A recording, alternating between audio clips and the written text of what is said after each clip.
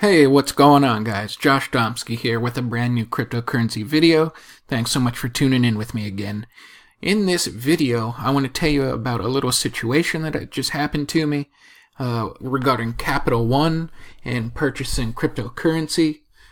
So I find out that in the beginning of 2018, Capital One is no longer allowing any of their customers to purchase cryptocurrency from an exchange, despite the fact that they've been customers for years and have never missed a payment and have a really great credit score.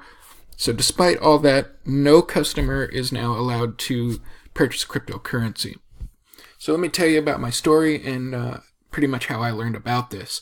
So I was getting ready to do an investment. I needed some Litecoin. I did have a lot of Litecoin already, but I needed just a little bit more. And I didn't want to go into my Exodus wallet and use the Shapeshift internal exchange because I was just trying to get it done really quick. So I logged into Coinbase, and I've been using Coinbase for years. I've used the credit cards the entire time. I've never had a problem. So I was just trying to get an extra little bit of Litecoin for this investment. So I go on, I log in, and it actually said that the transaction went through when I purchased it.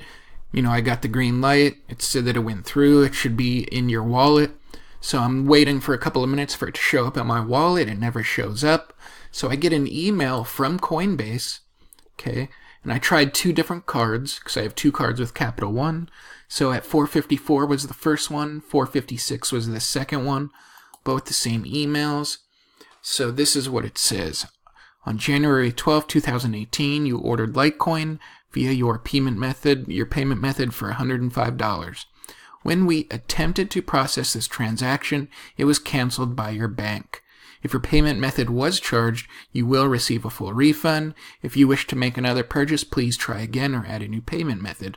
Unfortunately, we are unable to restart this transaction because it was canceled by your bank.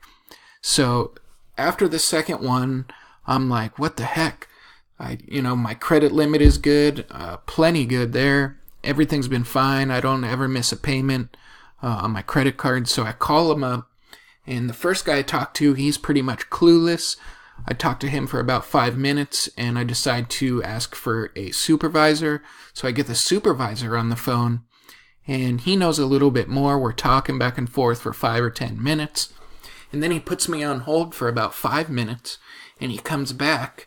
And I guess he had talked to somebody who was higher up, and he had said that just starting in 2018, no customers of Capital One with credit cards are allowed to purchase any cryptocurrency from any exchange. So this was a huge shocker. I mean, not really, because I do know that banks are really starting to crack down. Of course, they feel threatened by Bitcoin and cryptocurrencies. So they're trying to do everything that they can to stop this from happening. So, I wasn't really that shocked by it. Plus, I've been hearing, at least for a year now, I've heard so many stories about people who have bank accounts and they're working with Coinbase who have had their bank account shut down because they're trying to cash out US dollar back into their bank accounts. Even just a couple of transactions with a few $1,000s, and their banks are totally getting froze and no access to any of their funds, which is just crazy. I can't believe that they can actually get away with that. So yeah, this was just my story. I wanted to get on here and kind of vent, share it with you guys, and ask maybe if any of you have come across the same situation, if any of you have experienced this, or if you know somebody who has. This is the first time that I've actually personally experienced this with the denial of a credit card transaction or any type of bank pushback. So, this is really wild. And even after I got off the phone with Capital One, I decided to actually come here to a website called Uphold. I'm not sure if any of you guys have heard of Uphold, but you can also come here to purchase cryptocurrency and other fiats. You can do fiat exchange here also. You could buy Bitcoin, Ethereum, Litecoin, Bitcoin Cash, and also Dash. So with this Uphold account, you can actually load a US dollar wallet, like an e-wallet, So you can actually, it's like purchasing US dollar, and you preload your US dollar wallet, and then from there you can go ahead and exchange and purchase cryptocurrency. So I even tried to do that, just, thinking, hey, maybe I can actually purchase some US dollar and load my US dollar wallet and then get the cryptocurrency from there. But even that was denied. I got 2 emails here, so each card was denied. So it's really crazy. I meant that these companies can just do this. Even though I've got an outstanding credit history, my credit score is awesome. I've never missed a payment. I've been an exceptional customer. So it's really crazy that they can just get away with this. I actually asked them if they could send me some type of email or some type of paperwork that actually shows that on black and white on paper, but he said that he couldn't do that, and they really didn't want to give away too much information. They were just kind of really quiet about it, and they didn't want to tell me too much. So anyway, guys, yeah, it's really crazy. Capital One, no credit card transactions to purchase cryptocurrency. But that's okay. I was just trying to get a quick transaction done.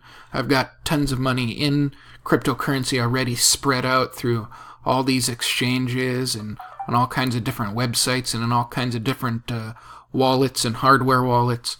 But I was just trying to get a quick transaction done, so this was going to be the quickest way for me to get a little bit more Litecoin. But denied by Capital One. Alright, so just wanted to get on here and share my story. If you guys have any stories like this, I'd love to hear about it. And that's going to pretty much do it for this video, guys. Thanks so much for hanging in here with me and listening to me vent. Make sure you go ahead and subscribe to my channel if you haven't already subscribed. And I'll do my best to keep you guys up to date with some of the latest things that's going on here in the crypto space. Alright, so thanks so much, guys. Everybody, take care.